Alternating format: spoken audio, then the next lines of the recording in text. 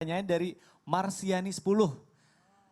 Pak Ustadz, kita punya kewajiban berapa kali sih untuk menagih hutang? Karena terkadang cuma di PHP-in. Waduh, pemberi harapan palsu atau janji-janji doang. Syukron Pak Ustadz. Nah, ini sepertinya kita akan langsung jawab aja nih kepada Ustazah Lulung. Gimana nih mengenai hutang piutang nih? Berapa kali kita harus menjawab nih Ustazah? Kakak Mikdad ngomongin utang, ngomongin sama saya.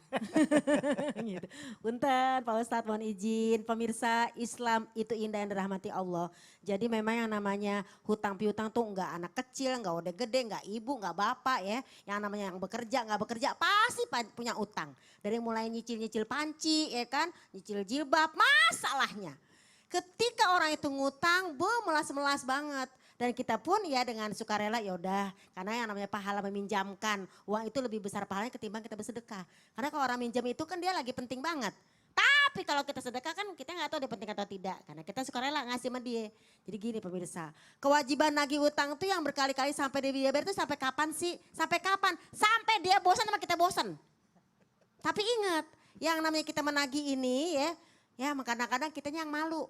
Ketika kita nagih orang, ih kamu tuh nagih-nagih bang melulu sih, kan kamu udah banyak duit. Ini bukan masalah banyak duit, kita ingin menyelamatkan saudara kita. Jadi kalau kita nagih, biarin. Kalau sekarang kita minta artinya hak kita dia nggak ngasih juga, besok saya datang lagi ya. Besok saya datang lagi ya. Nah, tagih dengan baik, dengan tahapan yaitu nagih pertama, kedua nagih.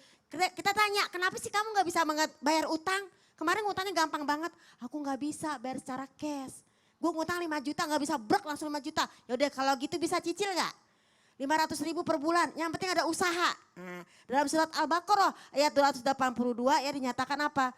Bahwasannya yang namanya kita ketika ngutang ini diberikan tangguh kepada orang yang berhutang. Artinya apa? Kasih kemudahan. Jadi kita ngomong, kemarin ente ngomong sebulan.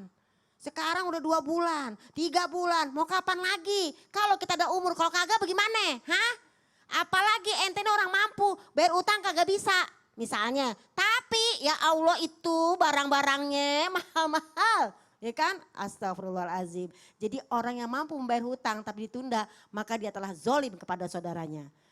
Nah jadi bagaimana? Pertama, tagih dengan baik. Kedua, kita doakan dia. Kadang nih orang nih suka ngedoainnya jelek-jelek.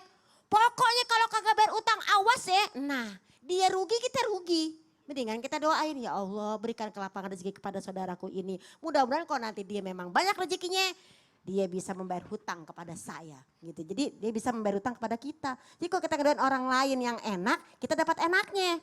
Benar enggak? Nah, kalau kita ngedoain yang nauzubillah min dzalik, astagfirullahaladzim ya. Ada nih peristiwa bahkan seorang istri ngedoain suaminya biar belangsak sekalian. Belangsak. Akhirnya dia belangsak, istri belangsak, semua belangsak. Jadi kita tunggu sampai berkelapangan.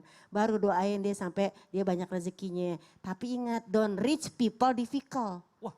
Jangan kayak orang susah. Lagi ditagih, susah aja ngomongnya. Kan? Astagfirullahaladzim. Ini yang perlu ahlakul karimah di sini.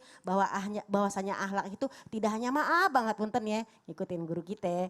Tidak hanya sekedar sholat doang, ngaji doang. Justru dengan kita sholat yang benar, insya Allah hutang juga benar. Kan sholat itu mencegah perbuatan keji dan mungkar. Masya Allah. Ya, kadang-kadang takut jadi omongan di majlis salim, tahu sendiri kan. Namanya mama ada aja kita yang ngaji, ngomongin orang ini jangan sampai nih. Dia mah ngaji rajin tapi utang kagak bayar. Masya Allah. Apa iki? Ya kan? Jamaah, jadi perlu dicatat nih betapa pentingnya sebuah kekuatan doa. Nah jadi kalau misalnya ada orang punya hutang sama kita jangan doain yang jelek-jelek. Nah ini penting banget nih, kita harus doakan semoga dia rezekinya diperbanyak oleh Allah supaya bisa bayar hutang. Ya kan? Iya, Masya Allah itu penting banget tuh dicatat. Baik jamaah Islam itu yang dirahmati Allah, sekarang kita sudah tersambung dengan jamaah di rumah yang ingin curhat melalui Skype. Nah kita akan langsung aja yuk dengerin curhatan.